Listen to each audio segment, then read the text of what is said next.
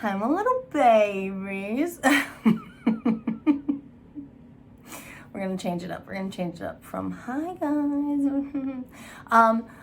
Hi, my name is Candace. Thank you for joining me for another episode of What the Smut Book Reviews. I really appreciate it. I didn't do my song either, which is kind of weird and it's throwing me off. What the Smut Book Review? Book Review. Skirt, skirt, skirt, skirt. Hi. Thank you for joining me for another episode where I tell you literally every plot point to the book, or I tell you no plot points to the book because I've completely forgotten them all, and you get to sit here for an hour and a half and watch me fuck around with my hair. It's literally my channel summed up in a 30-second clip. Are you excited? I'm excited. Let's talk. Okay, so in today's video, we are back. We're jumping back on our IAD train. Look at this fucking bubble right here. You thought you were gonna get away. Okay. I'm so excited. So, at the time I'm filming this, a lot's happened. So much has happened. Your girl, and by your girl, I mean me. Also, side note, you're gonna see my hands a lot because I gesture wildly with my hands because I'm a psychopath. Look at my nails. They look like absolute trash. Take a good look, absorb them. We're moving on, okay? Don't bring them up again. Thanks.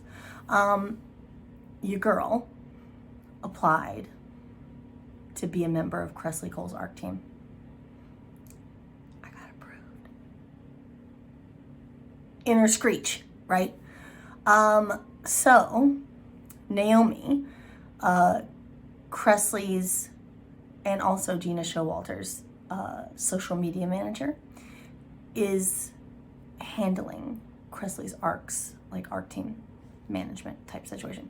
And she put up that she's formatting the ARCs for Munro. Munro is set to drop, I believe, on January 25th.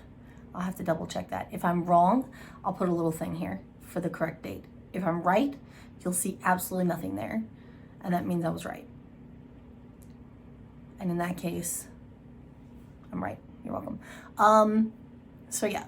So she's formatting them, and I could get it any day on my Kindle. So because of that, I'm trying to do a binge reread for IAD. I have gotten up to Dark Skye, which is where we left off with our reviews here on the Chanel. Not Chanel. Copyright, trademark. Please don't strike me. On the channel. So we're picking back up where we left off. Will I catch up before the ARC hits my Kindle for Munro? Fuck no, I will not. You know that. You know I'm not gonna do that. However, I finished Dark Skye, and I'm about 3/4 of the way through Sweet Ruin, which is literally one of my absolute favorites of the entire series. And I forgot how much I absolutely loved it. And it's not even Rune that I love. It's Josephine that I love. Jo is like my fucking spirit animal. I love her so much. But we'll get to that when we get to that video. For right now, let's focus. Please keep me grounded because I need this video not to be an hour and a half. I'm counting on you to keep me here with this. If you fail and this turns out to be an hour-long video, all you bitches are dead to me. I'm just saying. Do your jobs. So yeah. So in today's video, we are going to be reviewing Dark Skye by Kresley Cole. This was probably one of my most anticipated books. And it is definitely one of my favorites because Thronos, Thronos was so damaged. So damn. I love me a good damaged hero. Not just like mentally, but physically. Like, he's all fucked up. Like, just straight up dilapidated. Like, this motherfucker had a house dropped on him or something. Like, he is crushed. He's also, like, deranged. Obviously, because he's been through some shit. So this was one of my most anticipated books in the series when, like, she was releasing them. So when it was leading up to, like, all the stuff with the, spoilers, with, like, the island prison, and they drug him into the prison, and Lanthy was already in the cell, and they drug him past, and he just, like, creepily was like, soon. And she was like, and I was like, I was so hyped. I was like, fuck yes, I can't wait for the next book. So I was so hyped for this book. So we're going to break it down because, oh God, so good. Okay. This book that I'm currently holding, I have this cover. There's like, at least that I know of, 1 or 2 other covers for this. You can currently get this for your Kindle or Nook for the price of $6.99. You can get the mass market paperback for the price of $7.99. $1 more than digital download, and you get the physical book. I've said it before. Unless you're an exclusive e-reader, buy the book. It's literally sometimes it's the same price. Sometimes it's cheaper than the digital download. Buy the physical book. You can take almost every recommendation that I give you on this channel to the fucking bank. That you will want to own this book. Please, please, Lord, just buy the book. Just buy the physical book. Trust me. Trust Candace. Go buy the book, please. You can get the...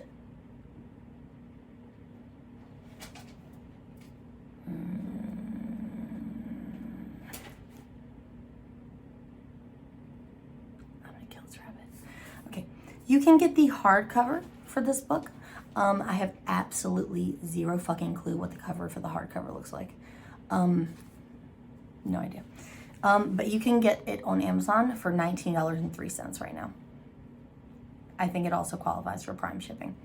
eBay, this paperback starts used at around $4 with free shipping.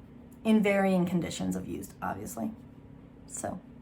dealer's choice is totally up to you, whatever your cup of tea is. I will read you guys the blurb, obviously from the back of the book, because I don't have my deet sheet. Instead,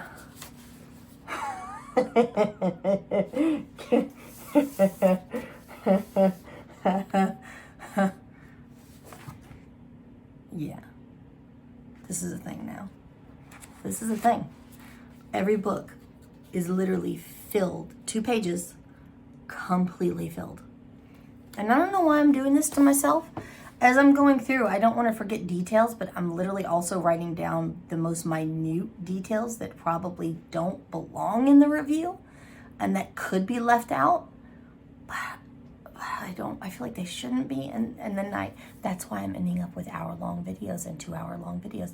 That's why. But at the same time, I can't stop myself. I can't. So, anyway, okay. I'll read you guys the blurb, and then we'll bring it up, and then I'll do my closing spiel, and then you'll be free of me for today. Okay? So the blurb for this one says, like, you know, it has like that tagline. It says, eternal obsession. You already have me. Literally. 2 words. You already have me. Eternal obsession. Hooked. I'm already hooked. God, you can put obsession in anything, and I'm already hooked. I'm sick. I'm sick, bitch. Okay.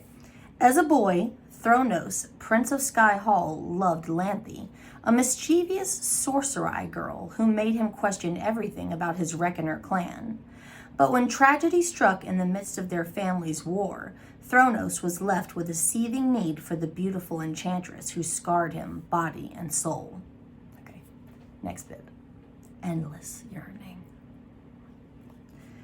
Annnnnd, a once formidable sorceress struggling to reclaim her gifts, has never forgotten the magnificent silver-eyed boy who protected her until she was ripped from the shelter of his arms. One harrowing night changed everything. Now he's a notorious warlord with a blood vendetta, hunting her relentlessly. And then there's like another tagline. Can the heat of desire burn brighter than vengeance? With their families locked in conflict and battles raging all around them, will Thronos and Annnd succumb to the brutal chaos that threatens everything they cherish? Or will the fragile bond of the past spark a passion strong enough to withstand even their darkest doubts? Okay. Kresley writes the best blurbs. Like, her blurbs are just, oh God, they're so good. Okay, so the two main characters for this book are Thronos Talos and Annnd. Does she have a last name? I think they just refer to her as Annnd of the D Sorcery. I think that's the only way I remember her being referred to. Anyway, Thronos is a reckoner. Reckoners are winged. They don't like to be called demons because they believe themselves to be descendant from angels. So when you refer to them as a demon, they consider it a slight, and you're insulting them. But they have wings. Their wings are not feathery. They look more like bat wings. They also have like veins running through them that light up like lightning bolts. The ends have hooks, so that like talons, almost like you would think of like a bird of prey, as well as horns. They have horns as well, so very demon-like.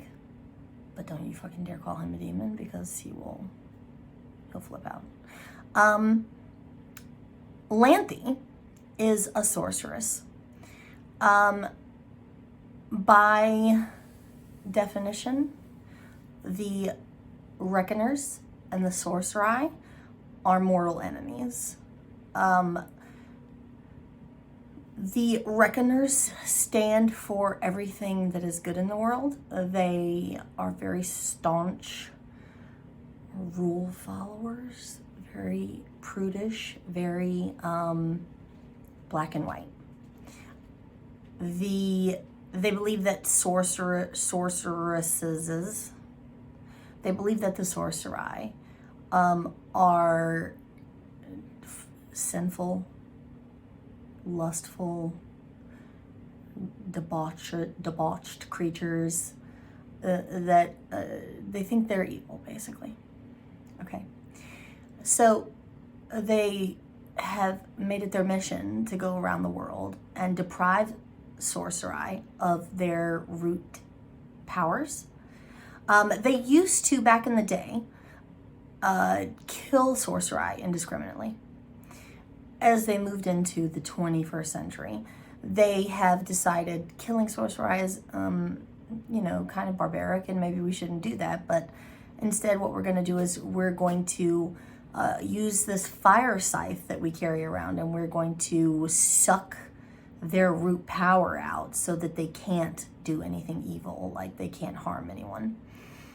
The sorcerer consider their root power to be like akin to a soul. So they're basically sucking their souls out and leaving them powerless and leaving them like hollow inside. So it's still not cool, right? The beginning of the book. I can't remember. Yeah. So at the beginning of the book,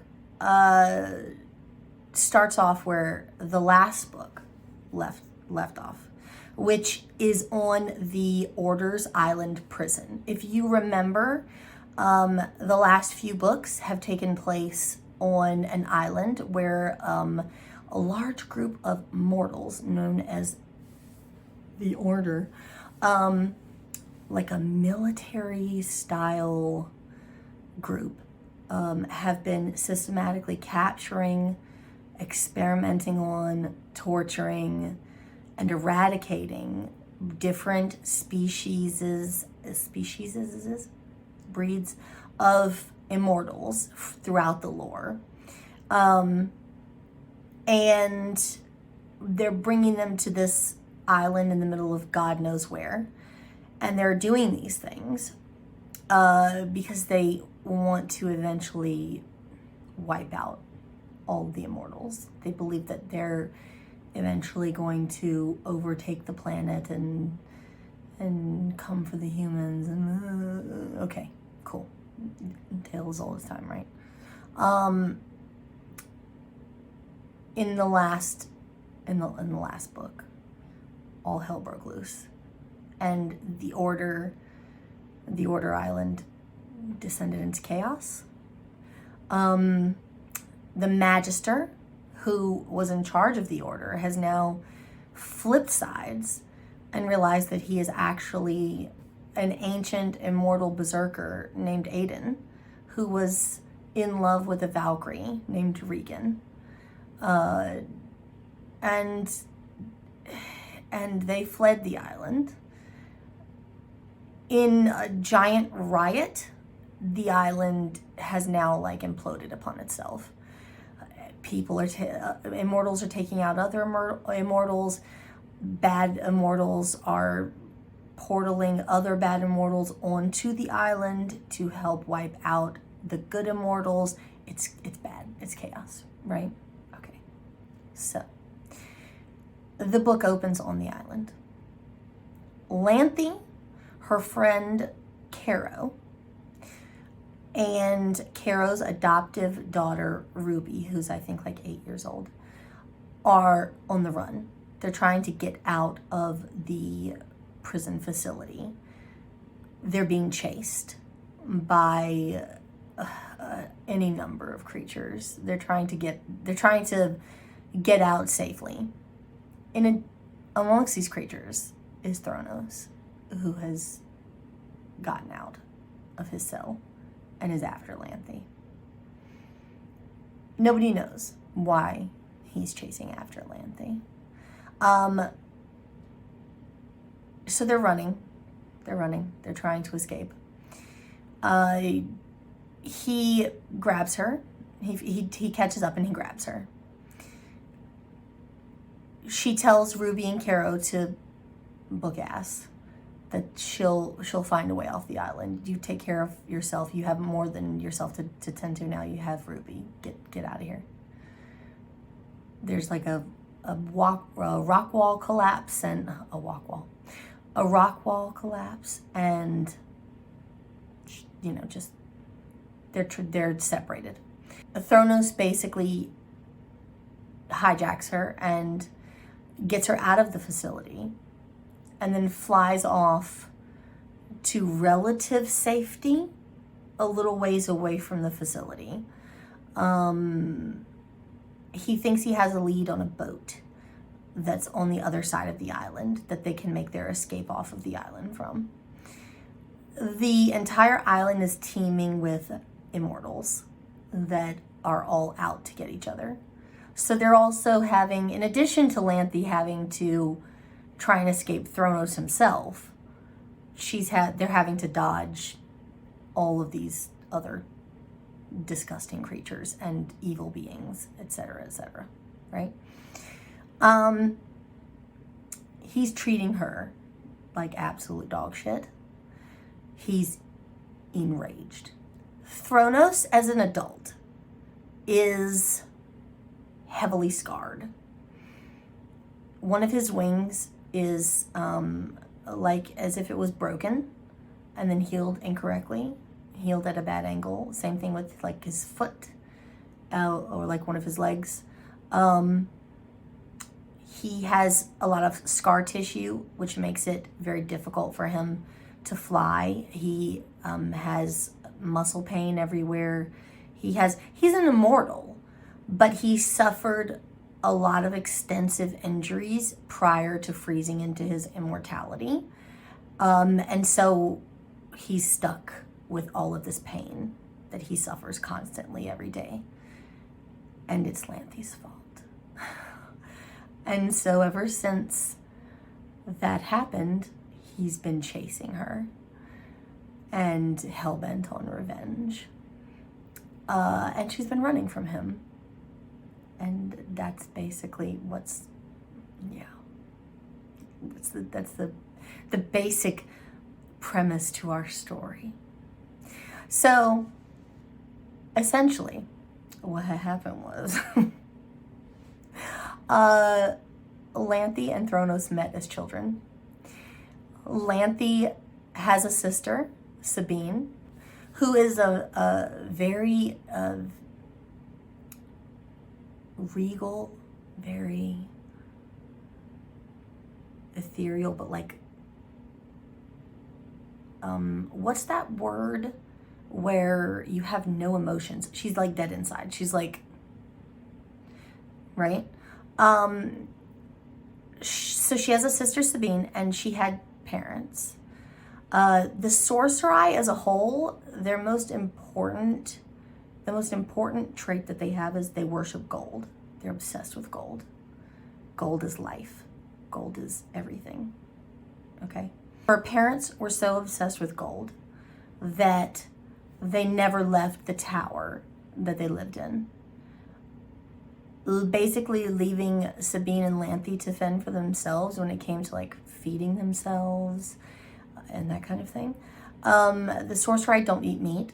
They only eat like veggies and stuff. They're vegetarians. So because they were so young, Lanthe was, I believe, like 9 or something like that. 9, 11, something like that. Or she was 9 and Sabine was 11. Sabine is a little older. And because they were so young, they did not know how to really take care of themselves, how to steal food, how to whatever. So they went hungry a lot.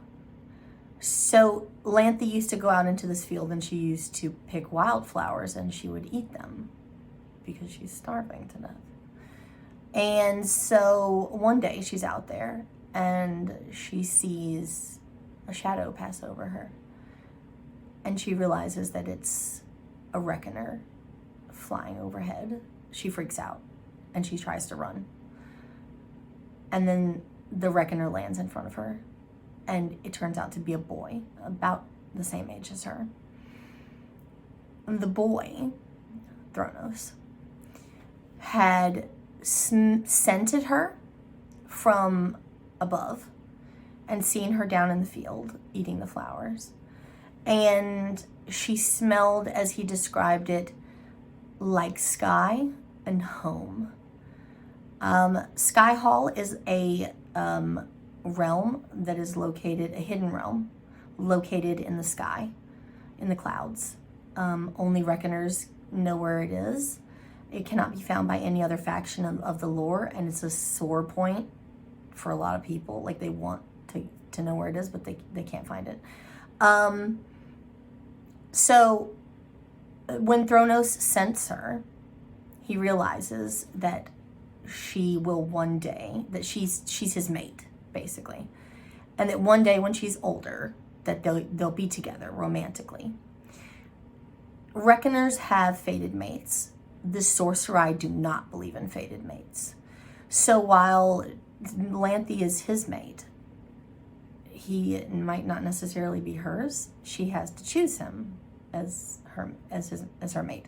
So he lands and he sees her and she's lovely and she's beautiful. And he's like, "Why are you eating flowers?" And, you know, he deduces that she's hungry. At first she tries to get away. She's like terrified of the Reckoner. Over time, they chat and whatever. He tries to bring her like a deer carcass and she's like, "Ew, gross, I don't eat that shit." And the next day he brings her like a whole bunch of berries and things that he's gathered for her, and they bond, they form a friendship. They become, over the course of a period of time, best friends. He tells her one day, you're going to mean more to me than what you think. You're going to become someone special to me. And she's like, okay. Like, I don't know what the fuck you're talking about, but all right. So, one night, she wakes up to Sabine frantically, like, freaking out. Something's happened. There's somebody here. There's somebody in the tower. They go to their parents' bedroom, and they realize that, to their horror, both of their parents have been decapitated. They rush out of the bedroom and realize that their tower has been invaded by reckoners, like fully grown reckoners, including the Reckoner King, which turns out to be Thronos' father. He's wielding a fire scythe, which he is the weapon that he used to take both of their parents' heads. Sabine is known in the lore as the Queen of Illusions. In the Sorcerai faction, you garner the title of Queen of something if you are the best at that particular skill. So, because she is the best in the Sorcerai faction at wielding illusions, she's given the title of Queen of Illusions. So she can basically make anyone see anything she wants them to see. Even at that young age, she could wield her illusions to make people see terrifying things. So, which is exactly what she does. She basically makes all of the Reckoners see like nightmarish things. While they're seeing that, she swipes up the fire scythe and she takes the king's head. During the scuffle, Sabine is killed. Annnndd is devastated. She's lost her mother, she's lost her father, now she's lost her sister. Annnndd is known as the Queen of Persuasion. Her root power is persuasion. She basically can, with a command, make you do anything she wants you to do. So in her desperation, she persuades Sabine basically to heal herself and to not die, which, to her surprise, actually happens. But before that happens, in her grief, she thinks that Thronos is the one that led, because what other conclusion could she draw? They didn't, no other Reckoners knew that they were living there. She thinks that Thronos led his father to their tower, and she persuades him to jump from the tower window and not to use his wings to fly and to save himself on the way down.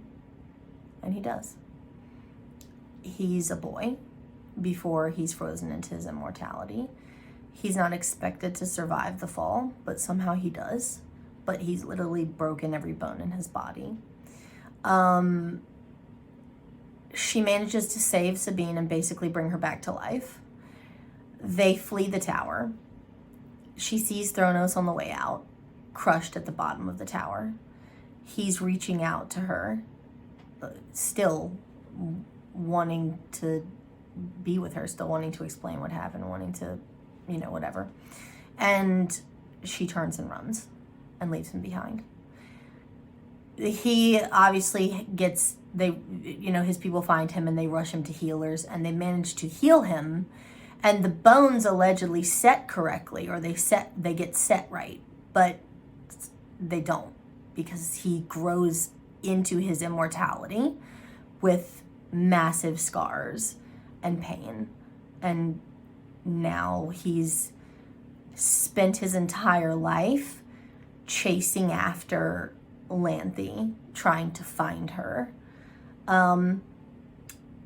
what Lanthy doesn't know is that her mother was so obsessed with making gold that it was the gold that led the father to the tower. That Thronos did not give out the location, that he didn't tell his father where they were. She finds that out much later in the book. And what Thronos does not know is that throughout the majority of Lanthy and Sabine's childhood and adolescence and early adulthood, etc., they've been running from Thronos and what they thought were knights sent by him that have been trying to kill them and succeeded several times in Sabine's case. Sabine has died numerous times, and Lanthy has used her persuasion to bring her back to life numerous times. So safe to say, Thronos is, when he finds her on the island, he's mad. He's pretty pissed off. The main complaints that Thronos has about Lanthy, or has with Lanthy, is that because she does not consider Thronos her mate, she has been able to sleep with other men. So she's not a virgin by any means. He can't seem to find his way around that, so he makes a lot of like comments about her being like a hoe, and just basically like slutting it up and yada yada yada, not knowing that her entire life she's been giving herself to men, chasing a feeling that she had with him. She's been looking for that connection with everyone else, not knowing that she's never going to find it because she was meant to have it with just him. She's been with other sorcery men who have stolen her powers from her afterwards, or who have ensorcelled her to have sex with them, just so that they could steal her powers or siphon her powers from her. She's been with vampires who have given her the brush off afterwards. She's been like the one night stand, and all of these times she's basically just been like a hit it and quit it type chick that they've fucked around with and then never called the next day, and it hurts. And she's been looking for love in all the wrong places, but he treats her like she's been a hoe and that she's just been giving it away freely because she wants to. Thronos, on the other hand, is a virgin because he can't give it up, because contrary to what he wants to believe, he has a seal similar to a demon's, and he cannot produce seed. You know what I'm saying?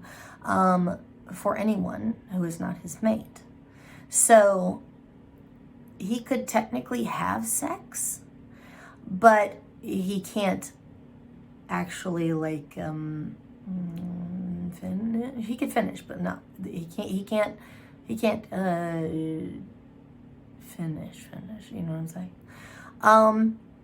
But because reckoners are so stuck up, they consider a lot of things to be what they dub offendments. So like kissing is an offendment, and looking at a woman's breasts are an offendment, and all of these things are offendments, and he can't do that because he's descendant from angels, not demons, and he has to uphold the the honors of his people and whatever, right? So, okay. So they're stuck on the island and they're trying to get off the island.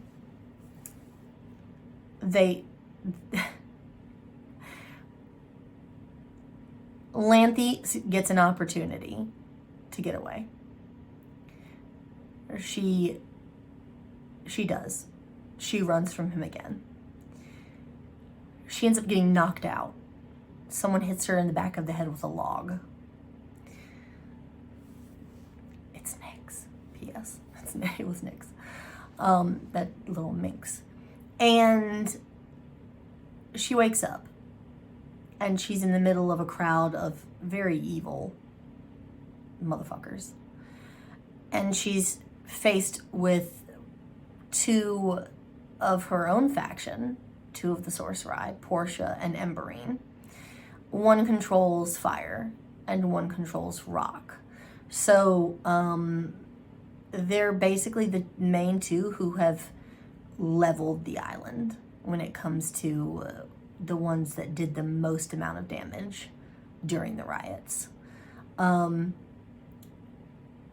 There's like there's like some stuff there because they believe a lot of the people in the factions believe that in the lore believe that they're lovers, and some of them believe that they're sisters, and some of them believe that like they don't know what the deal is with Portia and Emberine, but what they do know is they're both evil as fuck.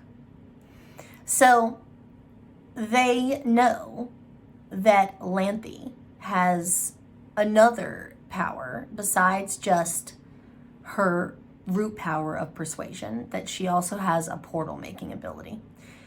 Lanthy can only create portals like every 5 days. She has to recharge the power. So once she creates a portal, she can't make another one for like a week. So they basically tell her, hey, we want you to make a portal for us.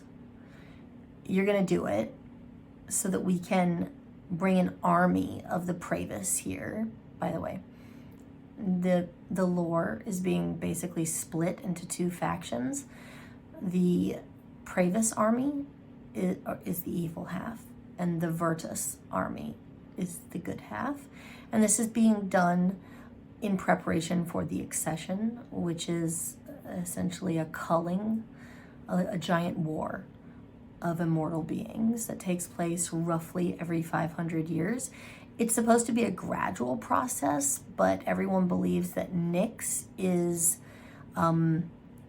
somehow shepherding alliances and creating alliances to make it into basically one giant bloody war instead of just a gradual process that's meant to keep their numbers in check. So that's that. So they tell her, we want you to make this portal so that we are going to bring a whole bunch of the Pravis in here to wipe out all of the Virtus people who are on the island to get a jump on the accession. We were going to kill all the good guys that are on the island that were being held in the prison.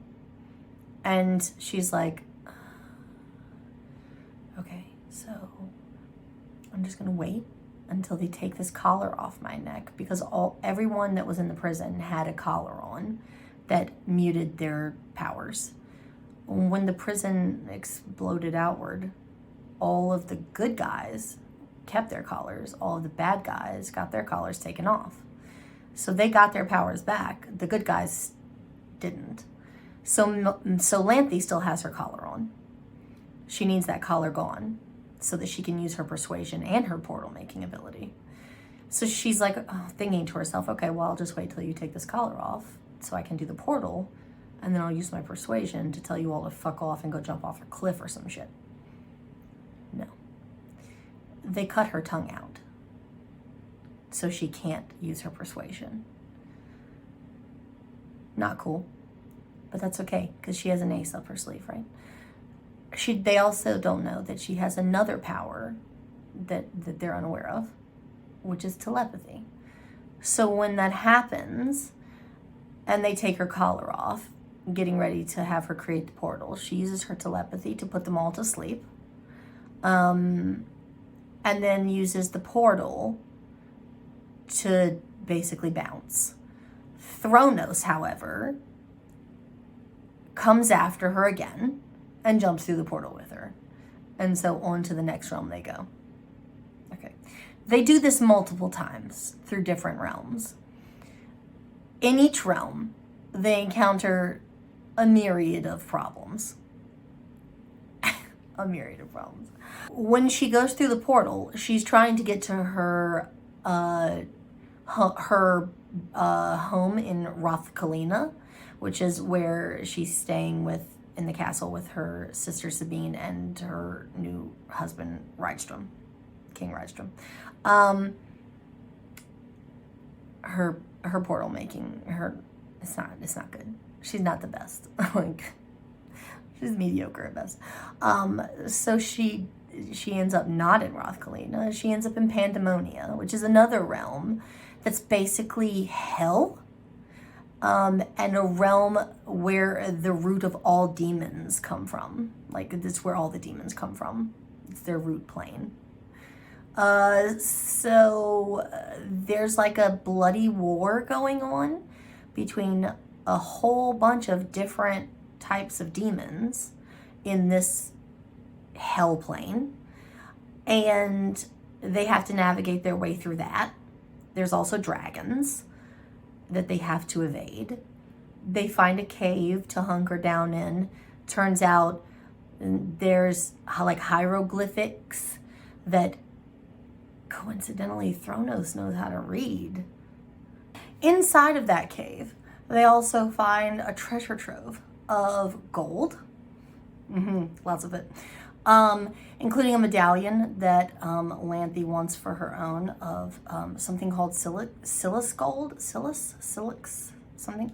It's red gold. It's dragon's gold. And it's like the rarest gold there is. Thronos swipes it on their way out of the cave because they're getting chased by dragons. And plans to give it to Annnndd as a gift, but later he gets mad at her and doesn't do that. And then she finds out that he has it, and in the midst of a fight when he's like trapped, she takes it from him, and then she bolts again and leaves him behind. Again. So this is like a recurring theme throughout the entire book of him getting stuck, her running away, and him chasing her later, like chasing after her. It's like their thing. It's like their shtick. You know what I mean?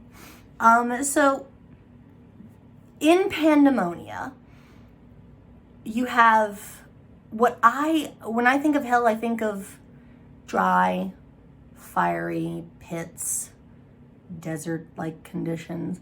There's also another side to Pandemonia that is a like foresty type area where to escape the dragons they run into, they get trapped in like an area of mystical booby traps almost. One of which Thronos gets like kind of he sticks a foot into, and that's just enough for him to fall to the ground in pass out mode. And in his mind, he's not passed out. In his mind, he keeps reliving Lanthi's death in that forest over and over. It's the same scene over and over where he tries to save her and she gets crushed by like a giant boulder.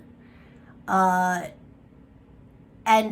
he realizes after this happens, he comes to the realization that he squandered what fate had given him, and that if he could just have one more chance, this is after she's been killed the first time, if he could just have one more chance, he wouldn't care how many men she had been with.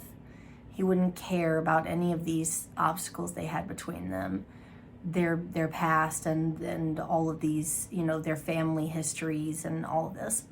He wouldn't care because he just wants her. And then he hears her voice and he looks up and she's standing in the same place that she was at the beginning of the dream. And the same events happen again. And he realizes he's stuck in like a fucking perpetual Groundhog Day. And he has to try and beat the odds because he already knows what's going to happen. So he has to try and shave off time, right? And this happens over and over and over until, while all of this is going on, Annnndd is actually in the forest looking down at Thronos twitching on the ground, right past a marker that says basically do not enter. This is some bad shit going on in here. And she's like, should I save him? Pull him out of whatever the fuck is going on here? Or should I run again? And then she's like, oh God, okay, I guess I'll save him. And she drags him out of the area. He wakes up with a renewed sense of purpose and traumatized that he had just witnessed her death like 45 times. And from that point forward, he's a new man.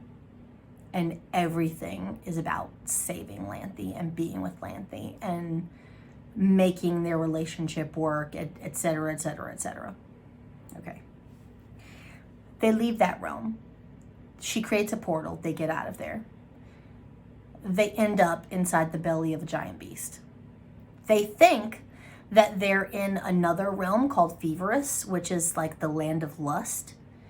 And they finally are free of their inhibitions and can make out with each other and have sexy times and yada, yada, yada, right? No, it turns out that they're inside of the stomach of this gigantic, disgusting monster. And they're being basically digested by like his gastric acid. They're saved by Nyx, who manages to come to them in faux feverous, and say, hey, I know you guys are like half naked and you're trying to like eat each other out and stuff, but could you like time out on that? Because in actuality, your flesh is currently being eaten off by like gross bile, and I need you both to wake up so that you can get the fuck out of there, because I need you to run an errand for me. By the way, I'm gonna cut this lock of hair off. This is the lock of hair this is the one. I'm not gonna tell you what the one is. She's so cryptic. But this is it. It's the one that's gonna save us from the scourge. What is the scourge? Don't worry about it. Put this in your pocket, Annnndd. Annndd's like, I don't have pockets. Yes, you do. It's right there. I created a pocket for you. There you go. It's in your pocket. Okay. Thronos wakes up first in the belly of the beast. He's like, oh shit, this is gross. Annnndd, wake the fuck up. You got to create another portal. She wakes up freaking out. I can't. Even under the best of circumstances, my portals are iffy at best. My sense of direction is fucked. Under stressful conditions, we could end up God knows where. Okay, well, you were already God knows where. Get us out of here. She creates a portal under a lot of duress. They drop straight down out of the belly of this beast and into the ocean. They end up in Nereus, the sea god's like underwater kingdom. Nereus, the sea god, by the way, is like a buff, imagine a buff Triton dude, but like with a big swinging elephant dick under a very thin half toga. Okay, now you have the visual in your head. It was stuck in mine and so I'm sharing it with you. You're welcome. If I have to suffer, so do you. So they're there and they're like, okay, well, could be worse, obviously, but it could also be better. So they get escorted into a dining room area They're going to sit down and have dinner with this dude. They're either going to get killed or they're going to be guests. He flirts with Lanthy. She flirts back with him because it's the only way they're going to find the portal that he has to get out of there. Thronos doesn't like it. Thronos ends up getting drunk on demon brew, which he didn't think was a thing because he's not a demon, right? Okay. And she realizes a little bit too late that they're both being essentially entranced and roofied. She wakes up in a bed that made of like water nymphs, naked water nymphs, with Nereus, who's half naked and gross, and he's trying to lay her, and she's like, "Where's Thronos?" And he's like, he's don't worry, he's in another room with a bunch of my other nymphs, and he's getting ready to get his groove on. And she's like, "He'll never cheat on me." And he's like, you want to bet? Because here matehood is neutralized and it means nothing, and all of my water nymphs smell like you. And so he's about to have sex. And she's like, "No, he won't cheat on me. I know 100% he won't." And he's like, "You want to make a bet?" And she's like, "Yeah, let's do it." And essentially, if he cheats, I'll have sex with you. And if he doesn't cheat, you take us to the portal and you let us leave. And he takes the bet. And then they watch on like a screen thingy of him waking up and seeing him semi-seduced. And just when she thinks he's getting ready to succumb. Yeah. And she's crying hysterically because she thinks that he's going to cheat on her. Even though she's told him up to this point that she doesn't really want to be with him. Even though she really does. She hears like a bellow, like a loud roar. "Get away. Where's my woman?" And she's like, "Yes." So, yeah. So Nereus is like shocked. I can't believe it. So he keeps his end of the bargain and he shows them to the portal. Before he shows them to the portal, she glimpses out the glass window into the ocean around Nereus's castle, and she sees on the bottom of the ocean floor, basically chained to the bottom of the sea, a naked woman with fire wings, who's screaming a silent scream right before she drowns to death over and over and over, only to regenerate and then do it again. Scream, drown, regenerate, scream, drown, regenerate. And it's Fury, the queen of the Valkyries.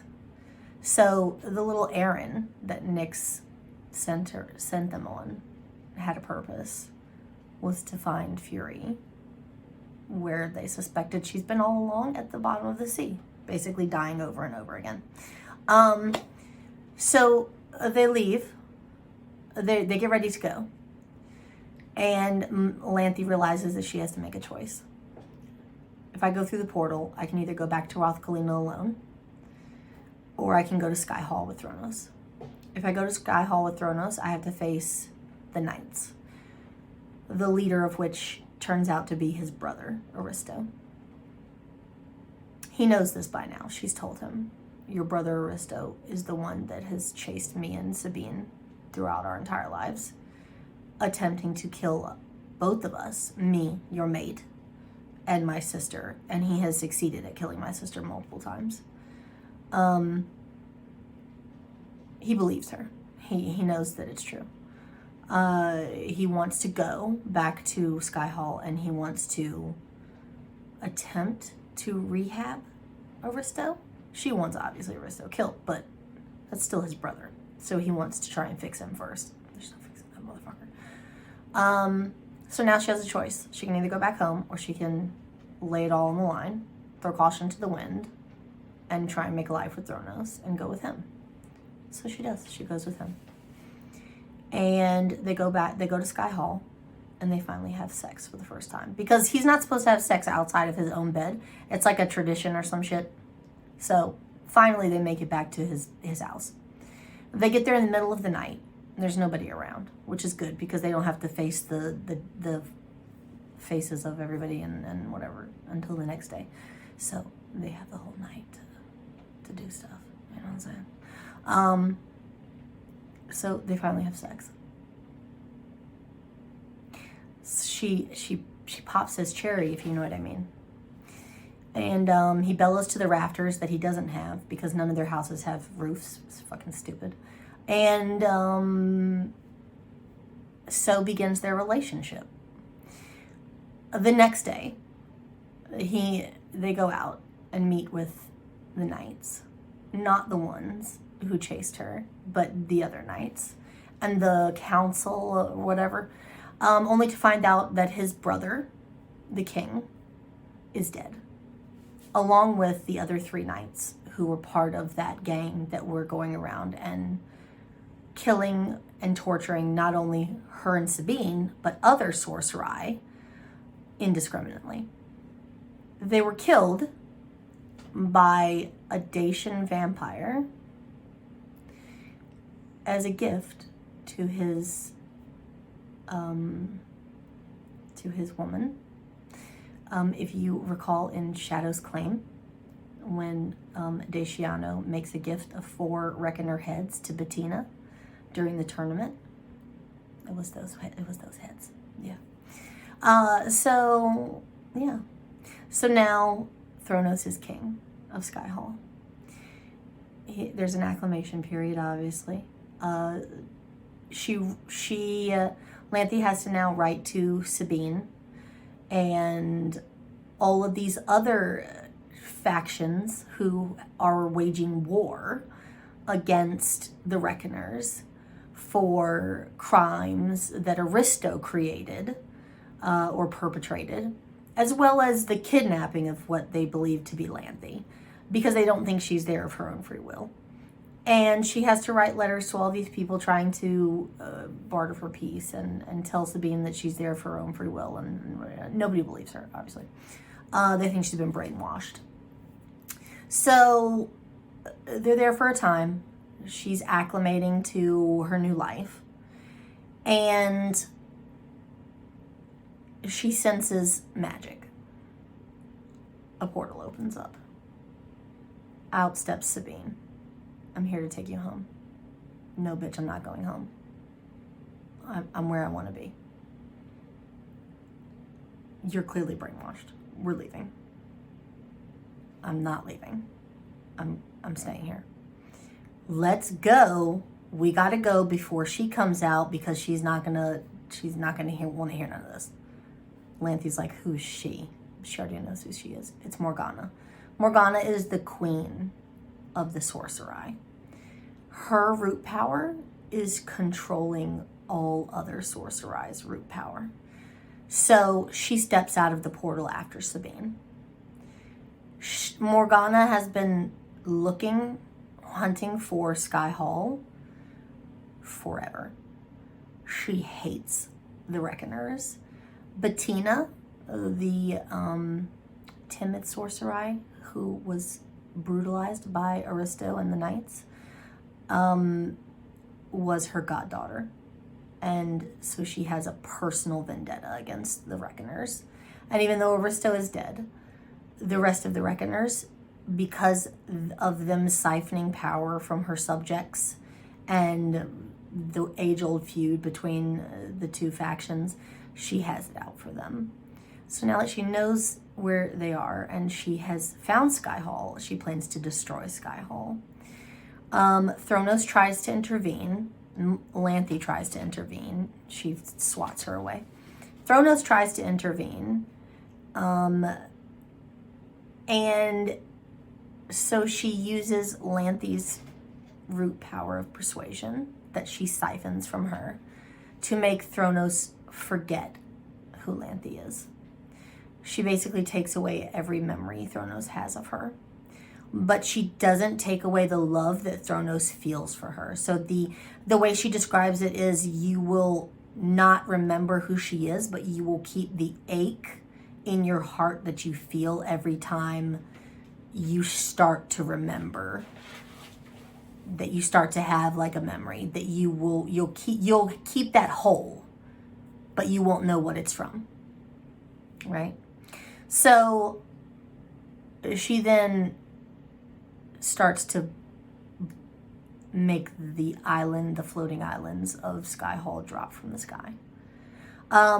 In preparation for this, Lanthe has helped Thronos and the rest of the Reckoners create like an emergency defense system, just in case something were to happen. Lanthe, behind Morgana's back, throws the switch to sound the alarm to evacuate, which saves almost all of their people. So Morgana is making Skyhall basically fall from the sky. And Lanthe pulls the lever to warn everyone. Sabine, at the last minute, pulls her through the portal. Right before she does, she sees Thronos fall.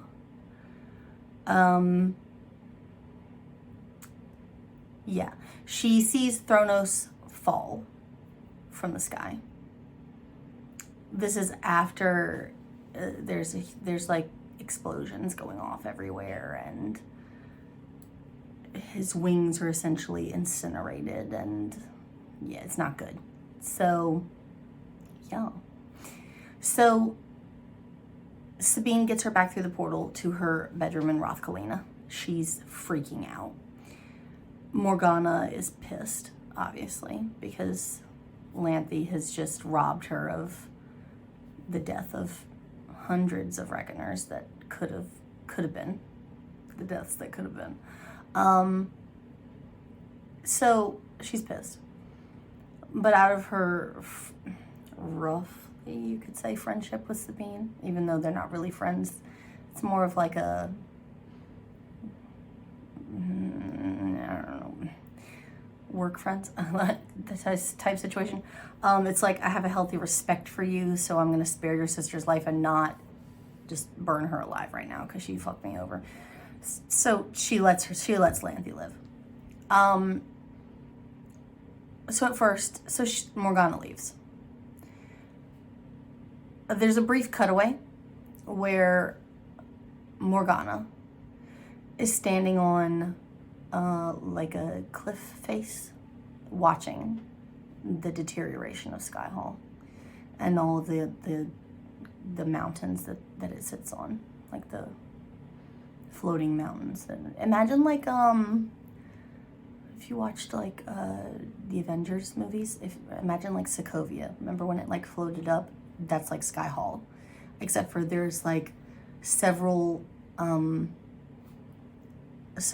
of those type floating land masses. So she's watching the deterioration of this kingdom, and she's watching it with Nyx, and they're both just standing there side by side. Neither of them is. Morgana's not going to help anybody because she's the one that did it. Nyx is not helping because all of this was set in motion by her. It's happening for a reason. And this is where shit gets so complicated.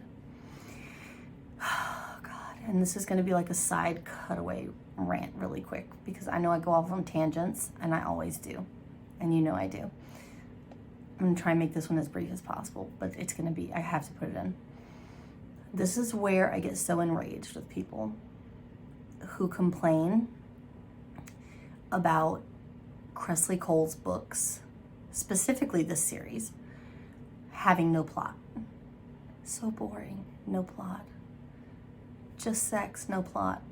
So one-dimensional, no plot. What? Oh God. Okay. This book is dropping hints already about something that has still yet to happen in the book she's releasing at the end of this month. Granted, she took a hiatus for 5 years. Cool. Regardless,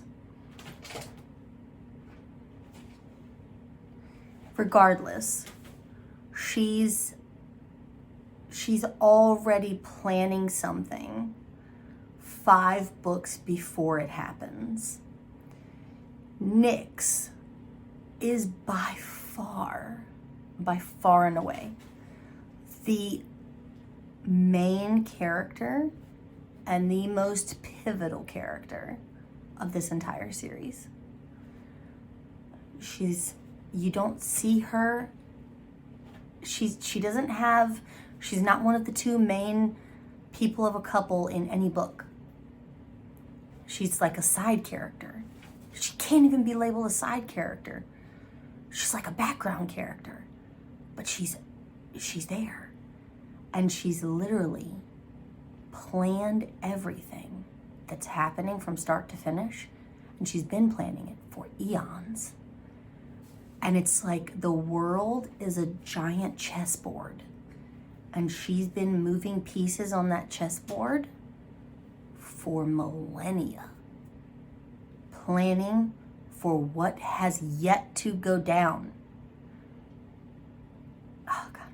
Okay, so in this book, we get our first mention of the Morior.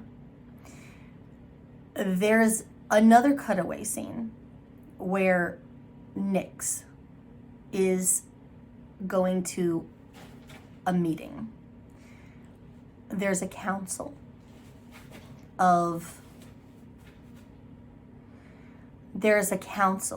meeting that's been scheduled for decades, whatever, that is with a bunch of gods and goddesses, like the top tier, where she's petitioning for goddessdom. And all of these other gods and goddesses are going, this Valkyrie, who does she think she is to waste our time? She has no credentials. She has nothing. She's literally, she's just a Valkyrie. Granted, she's a soothsayer, and she has some powers, and she has whatever, foresight, but who does she think she is? Right? She goes to the meeting, and she gets up there with her fucking freaky pet bat Bertil and her wild hair that I'm pretty sure hasn't been brushed in ever. And she's wearing a t-shirt with no bra. And she gets up there and she basically puts them in their place. And she tells them, while being vacant-eyed and scatterbrained, and she essentially says, I can't, there's already a goddess of foresight, so I can't be the goddess of foresight. I know what you're thinking. You're thinking that I'm wasting your time, but I'm not, because I'm petitioning to be the goddess of accessions. And it's like a whoa moment, whoa. She's gonna be the what? And it's because she's literally fucking planning the apocalypse. She's single-handedly steering factions together, making alliances through marriages and love matches and whatever, so that when the time comes and there's the giant war between good and evil, the key players are in place to win the war for good. She's by far the most critical character in this entire series. And she's amazing. And I fucking adore her. Anyway, so back to Lanthy and Thronos. That's a side rant. So that's why I get so peeved off when people go, these books have no plot. Bitch. You fucking bitch. Shut your mouth. Nyx, and obviously Kresley, because Kresley fucking wrote Nyx. She invented Nyx. Nyx is making plot. And inside that plot is more plot. And inside that plot is more plot and more plot. Maybe if you actually read past 8% on your Kindle, you would know that the fucking book has plot. Thank you. Okay. So Lanthy is now back in her tower room. In her room at Rothkalina.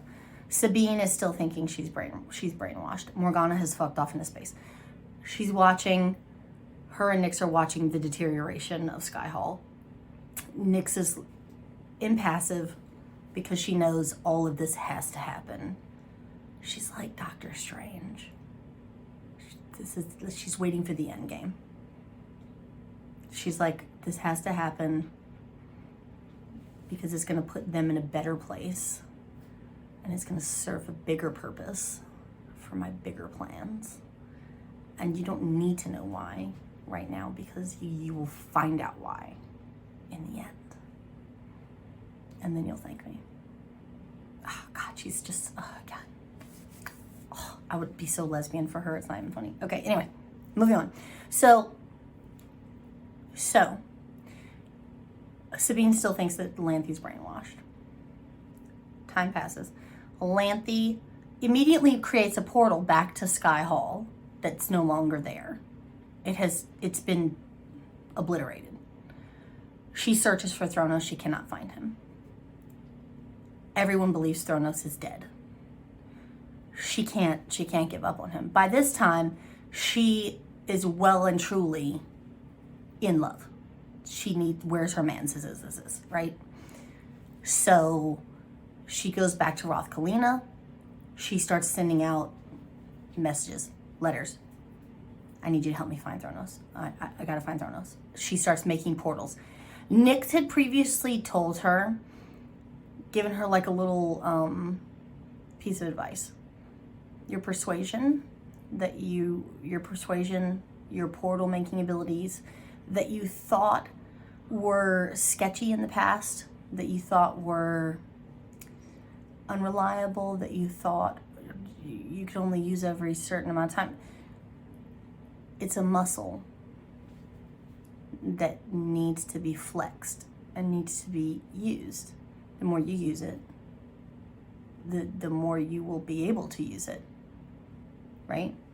So she realizes that the more portals she creates, the faster she can charge up to make more portals.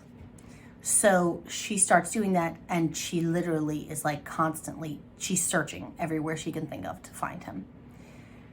She goes to the place where they had the contingency plan for where they had planned to go in the event there was ever an emergency at Sky Hall, like their backup location.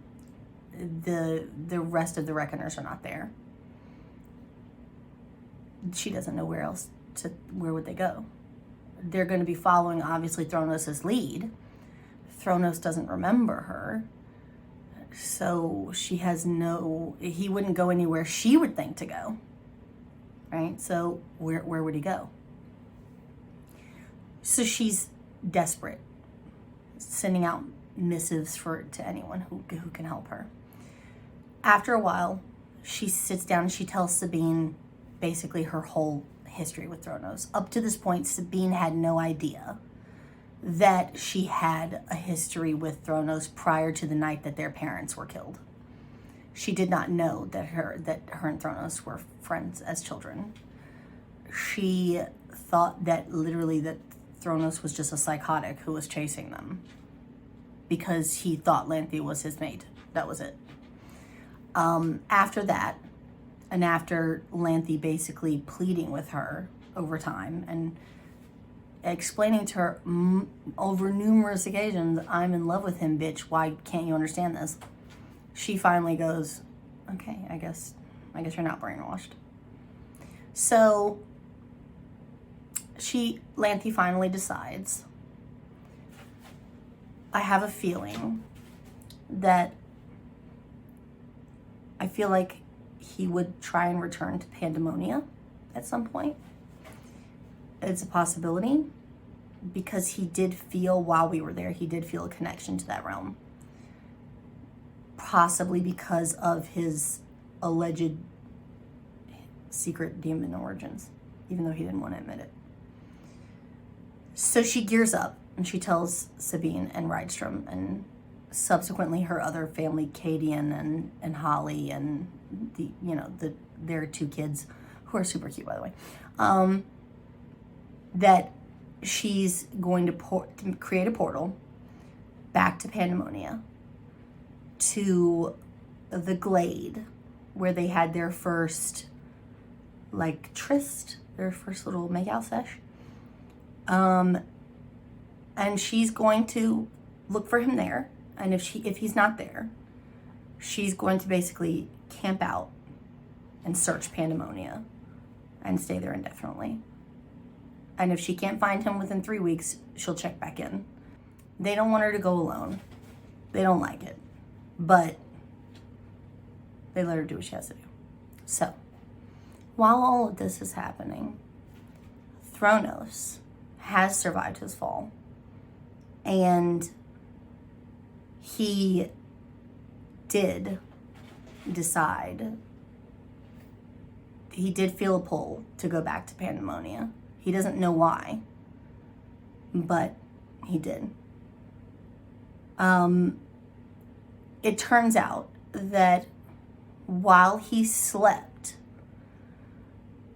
Lanthe had persuaded him to use any and all of his maybe possibly hidden demon abilities he doesn't know about to his advantage should he ever need them. And in the moment that he was falling, with his wings burnt up to crisps and unable to fly, he essentially traced, which reckoners are known not to be able to do because it's a demon trait and they've never been able to do it before.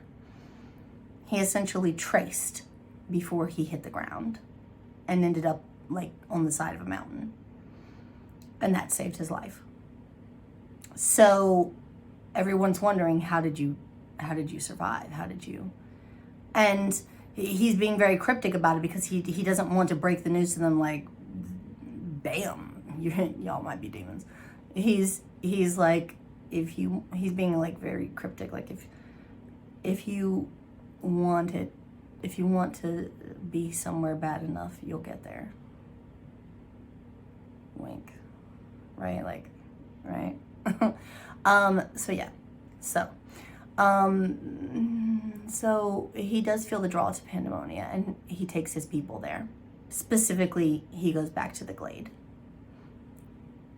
He goes there because he feels a pull to go there, but when he gets there, he feels immeasurable sadness, and it hurts. And so he vows that this will be the last time I come here. I can't keep doing this to myself. And he's just on the verge of leaving when he sees a portal opening. And at first he's on his guard, what's happening, what's coming out. And then he sees what he describes as the most beautiful woman he's ever seen in his life. Comes through the portal. She sees him. She immediately drops all of her shit and starts to almost run to him.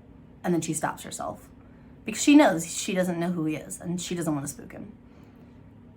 She basically tells him she like leans back through the portal and is like, hey y'all, he's right here. Fuck off. I gotta go.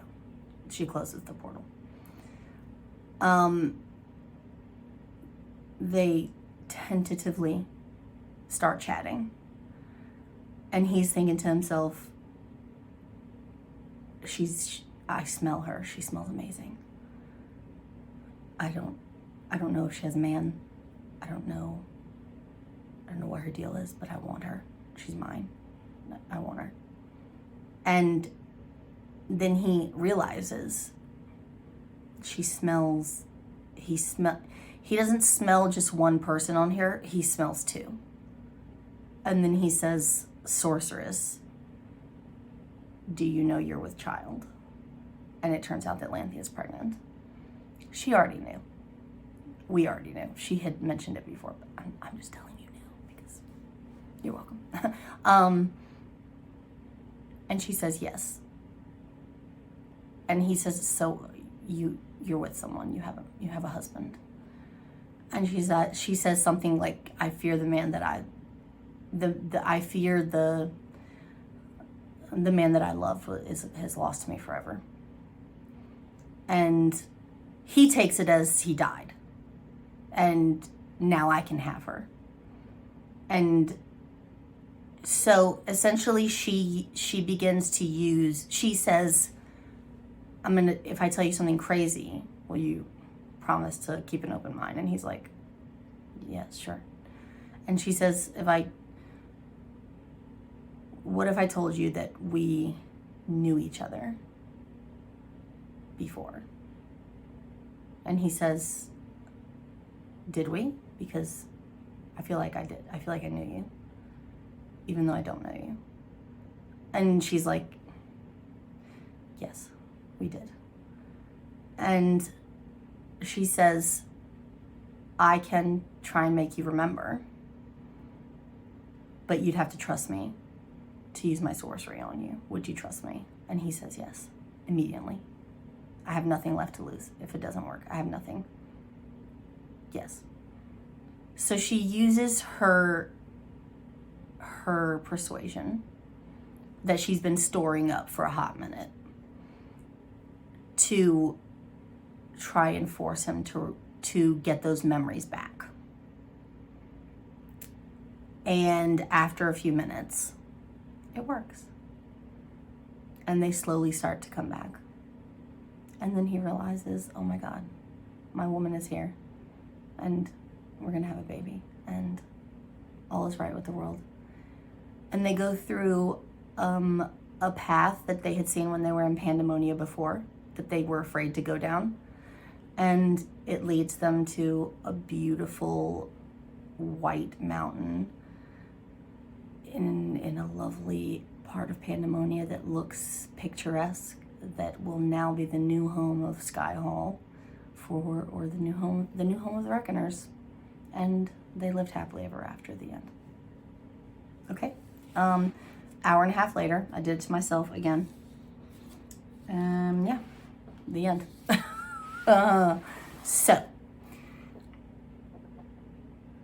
So for the rating for this book, I gave it a 9.5. I fucking love this book. God, I love all these books. I love every book Kresley Cole has ever written in her life. I love Kresley Cole. I can't. Anyway, a 9.5. I would recommend anyone read this series and these books. Anyone. I would recommend that you buy them. Don't just read them, buy them. All of them. Just buy the whole series. Just go on Amazon right now and buy every single paperback you can get your hands on. Every single one. Just do it. That's an endorsement. That's like a huge endorsement. Just do it. You will not regret it.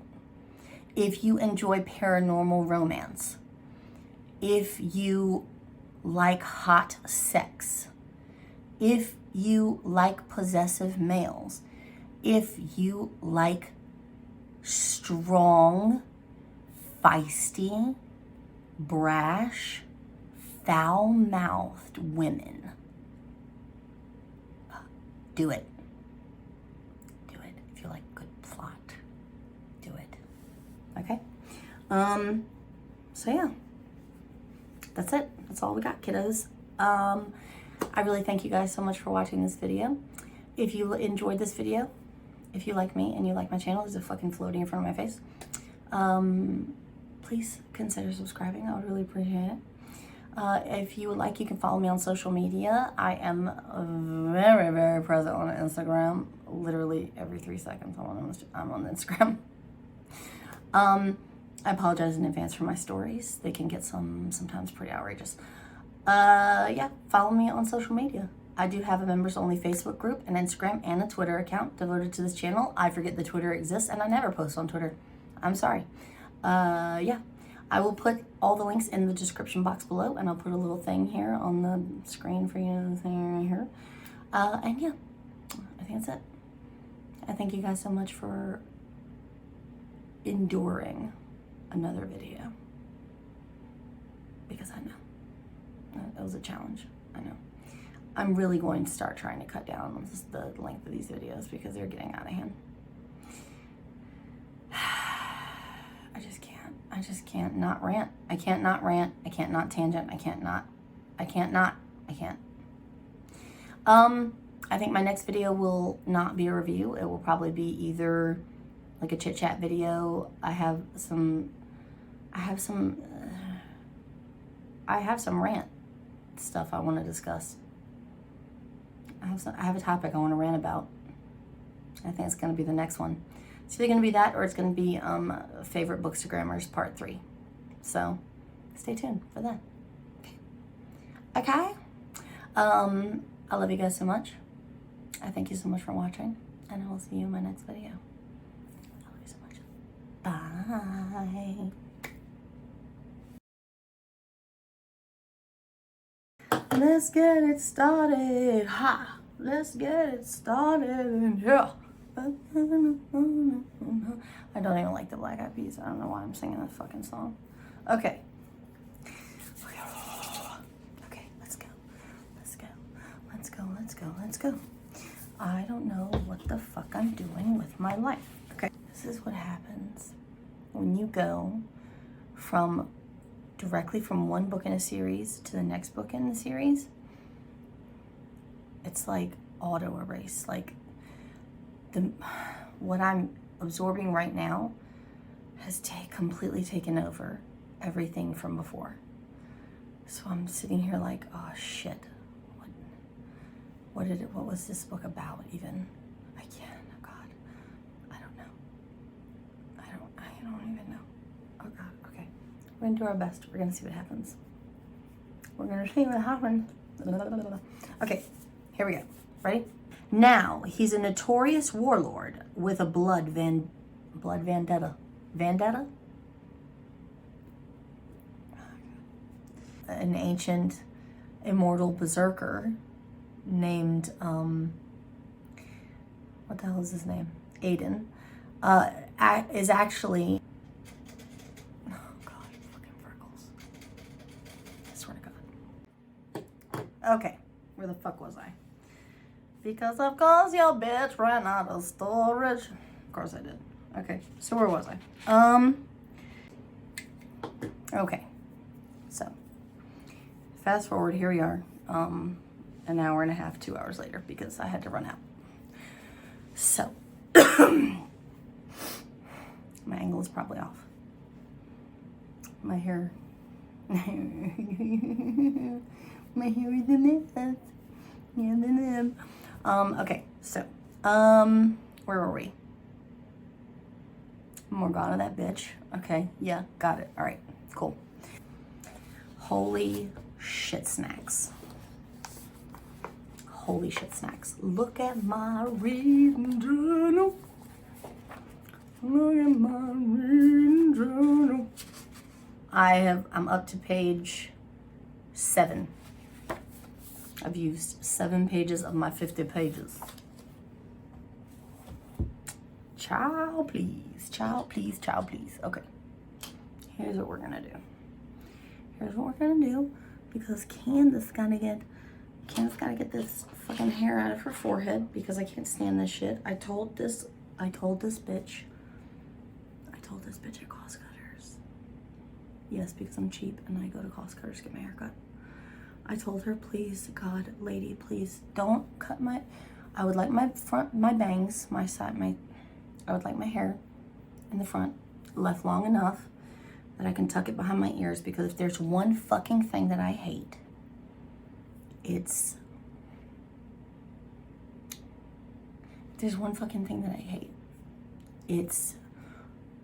for me to lean forward and for my hair to go.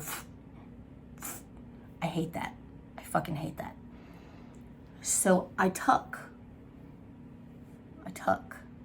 when I'm doing stuff. And I bake every day. So I'm constantly leaning forward. So I told her, please don't, when you do my little swoopies, please don't get them any shorter than like this, because if I can't tuck it, I'm gonna rage out. She cut my shit up here. And I had flashbacks to that time that I cut my own bangs in 6th grade. And I started out with like really long fringe like this, except for like one side was like this. So then I tried to cut this side to match, and I ended up with it like this. And then I tried to cut the other side to match, and I ended up with like this. And then I kept going, and I like this, and like this, and like this, until I ended up with ½ an inch worth of bang that stuck straight out. And I had to go to school like that. And my mom came home from work, and she went, "What the fuck did you do to your hair?" And I was crying hysterically. And it was a nightmare. And I was already fat. And I was already picked on. And I did it to myself, obviously. Like, it was my fault, but I didn't need that on top of everything else I was already dealing with. So when she cut my fucking hair, I had flashbacks. I have bang PTSD. Not bang PTSD, but like bangs PTSD. I have fringe PTSD. So, long story short, as my mom likes to say, 45 times in a 3-hour long conversation. Long story short, I'm still mad about it because I still can't tuck. Bitch. Anyway, all of this is irrelevant. This is gonna end up in the bloopers. Even though it's not really a blooper, it's just more of like me rambling to myself. Anyway. Does anybody watch these? Like, does anybody actually watch me just ramble on after the first few bits that you can tell are actually bloopers? And then the last, like, when you can tell I've just cut off from saying bye. The bit afterwards, where it's like one long stream, where you can tell I just let it play. Does anybody actually watch that? Does anyone actually watch this part? No, I don't think so. Anyway. Okay, I'm gonna go. I love you guys so much. I'll see you. Same time next week. Same time, same place next week. Okay? I love you guys so much. I love you guys so much. Clickety click, click, click, click, clickety click, click, click, click. I haven't actually clicked. I'm gonna click. How many? 2? 3? What do you think? 2, 3?